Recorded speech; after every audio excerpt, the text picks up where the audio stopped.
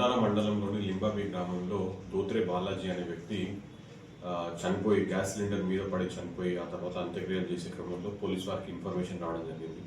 Information రాగానే మనము case register చేసి ఇన్వెస్టిగేషన్ చేసిన తరుణంలో మనకు ఏం తెలిసిందని అంటే ఈ దోత్రే బాలాజీ డిసీజ్డ్ పర్సన్ తాగి వచ్చి మధ్యలో వాళ్ళ తాతతోని గొడవపడి వాళ్ళ తాతను కొట్టడం జరిగింది. కొట్టిన తర్వాత వీళ్ళ భార్యతో కూడా గొడవ జరిగింది. వీళ్ళ భార్య ఇంట్లోకి తీసుకుని వెళ్ళిన తర్వాత తాళం వేసుకున్నారు.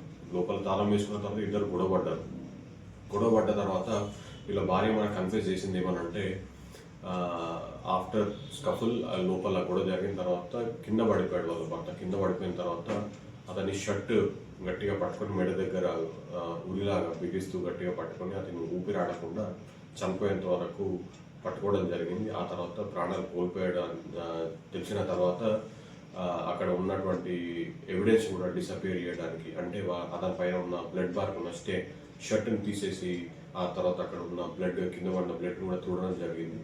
మనము దీనికి తగ్గట్టు సెక్షన్స్ కూడా మనం మర్డర్ ఇంకా డిసపియరెన్స్ ఆఫ్ ఎవిడెన్స్ కింద సెక్షన్స్ ఆర్డర్ చేయడం జరిగింది. ఇందులో భాగంగా మనము ఆ బ్లడ్ స్టెయిన్ క్లాత్ మనం రికవర్ చేయడం జరిగింది.